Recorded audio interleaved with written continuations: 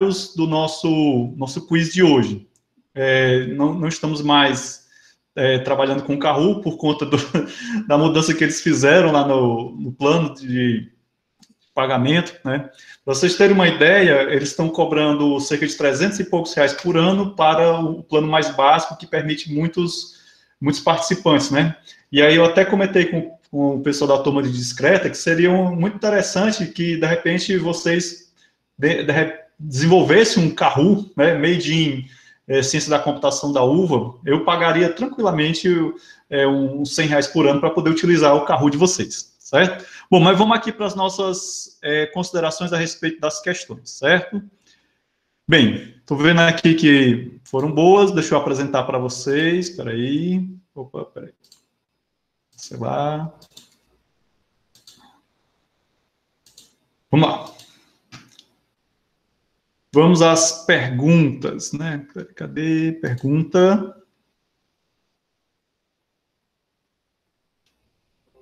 Opa. Ah, não, tá aqui o resumo. Pronto, vamos lá. Deixa eu só aumentar aqui um pouquinho a visualização. Aí fica melhor para todo mundo enxergar, inclusive eu. Opa.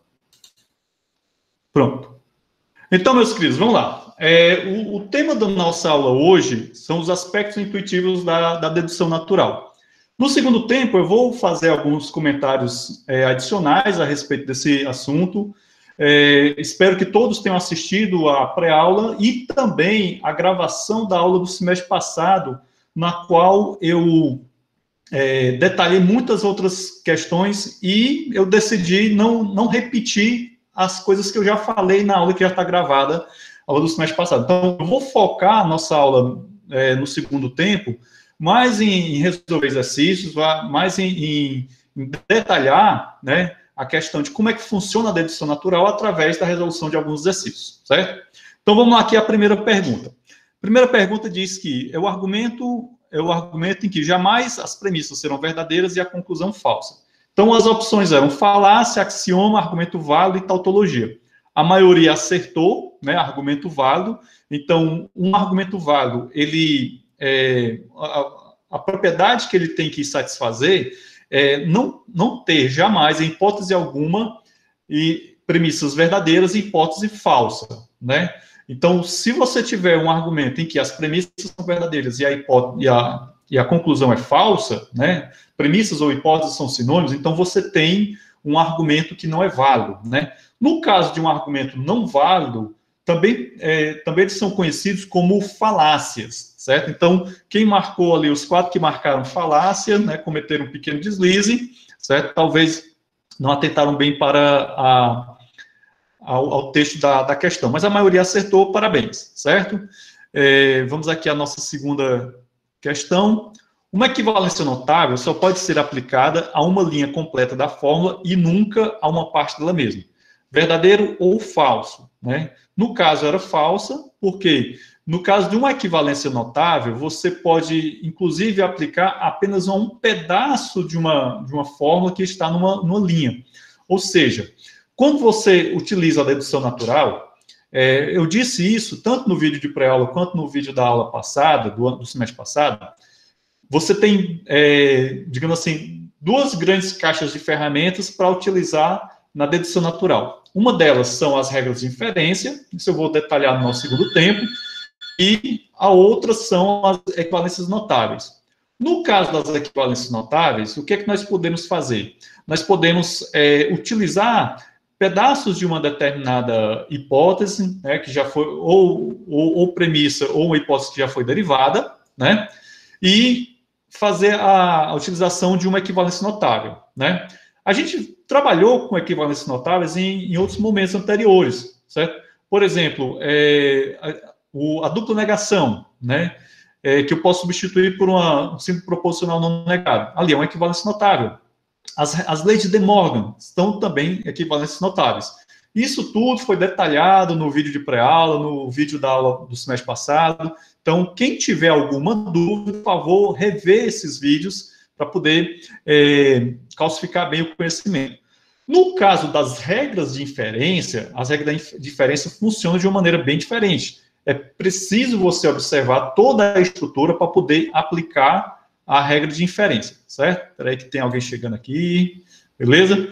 Bom, então, parabéns aqui aos 10 que marcaram falso, né? E os que marcaram verdadeiro, talvez tenham se confundido com a questão das regras de inferência, certo? Vamos aqui à próxima pergunta. Então, qual é a forma do dilema destrutivo? O dilema destrutivo é uma das regras de inferência que foram apresentadas para vocês no vídeo de pré-aula, certo? O dilema destrutivo, ele é constituído, né, por duas condicionais, certo? E uma disjunção. E a conclusão do dilema destrutivo é uma conjunção formada uma disjunção formada pelos antecedentes daquelas condicionais. Estou vendo aqui que a maioria acertou, né? Beleza? Infelizmente, o formulário do Google não mostra as figurinhas, né? Mas ainda bem que a maioria acertou. Não confundir o dilema destrutivo com o dilema construtivo, certo? São duas regras de inferência diferentes. No segundo tempo, eu prometo a vocês dar uma revisada nessas regras de inferência para que fique bem claro para vocês todos, né? Lê atentamente a definição abaixo, né? Tínhamos aqui uma definição que infelizmente não aparece aqui, beleza? Deixa eu só procurar lá no... Ver aqui, dar uma pescada aqui no formulário, que aí eu vou explicar melhor para vocês, certo?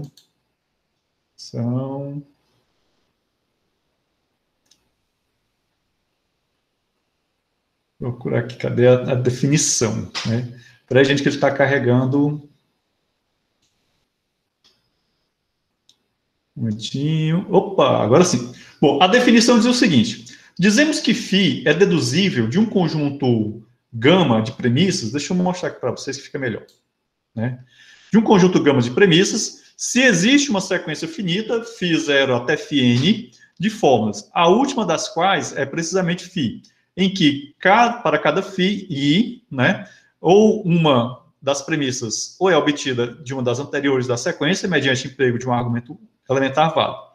A sequência de φ0 até φn é uma dedução de φn, a partir de um conjunto gama de premissas. Bom, essa definição aqui, né, ela é uma definição verdadeira, como vocês assinalaram aqui, certo? Que é nada mais, nada menos do que a definição da dedução natural, certo? Então, ali está apresentando a definição da dedução natural, certo que de uma forma mais complexa, né, formalmente falando, beleza? Parabéns a todos que assinalaram aqui verdadeiro, certo? Então, quando a gente fala dessa definição aqui, eu vou voltar aqui para ela, certo? Essa sequência que a gente vai construir, né, nós também chamamos de uma prova, né? Ali é uma prova de que existe, de que aquele argumento é válido, certo? A gente também usa essa expressão, beleza? Vamos voltar aqui para as respostas de vocês, e essa daqui foi a última questão. Qual a sequência de dedução para provar a validade do argumento abaixo? Então, essa questão aqui ela é mais complexa porque exigia que vocês fizessem uma dedução, uma prova, né? Vocês construíssem uma prova, e aí eu estou vendo que o negócio aqui foi meio embaçado, né? Digamos assim, foi pau a pau, né? Houve um empate aqui, né? Então, essa sequência são as regras de inferência e as regras, no caso aqui, só regras de inferência, né? Que eu estou vendo aqui, silogismo hipotético, modus tollens. Não, tem uma regra de equivalência também, que é a distributividade, certo? Enfim, aqui a gente pode comentar ela melhor nos exemplos que a gente vai ver no segundo tempo, tá certo? Então, só para reforçar mais ainda essa questão da última pergunta. O que nós temos aqui, né, antes da palavra logo, é um conjunto de premissas, ou também conhecido como hipóteses, né? Todas essas premissas, elas devem, né, satisfazer a essa conclusão aqui, certo? Então, essa conclusão, ela deve ser consequência lógica dessas premissas. Para você verificar isso, você tem que fazer o quê? Você tem que construir uma prova. E a prova nada mais é do que esse conjunto de regras, né? Esse conjunto de regras que você aplica, e cada um desses números aqui simboliza o quê? A linha que você está aplicando aquela regra, tá certo? Então, no segundo tempo, eu vou detalhar melhor isso para vocês, porque eu vou apresentar a dedução natural mais uma vez, através de exemplos, né? E acredito eu que vai ficar bem mais claro para todos compreenderem melhor, tá bom? Bom, gente, então, parabéns a todos os envolvidos. Depois eu vou verificar quais foram as notas de cada um, tá certo?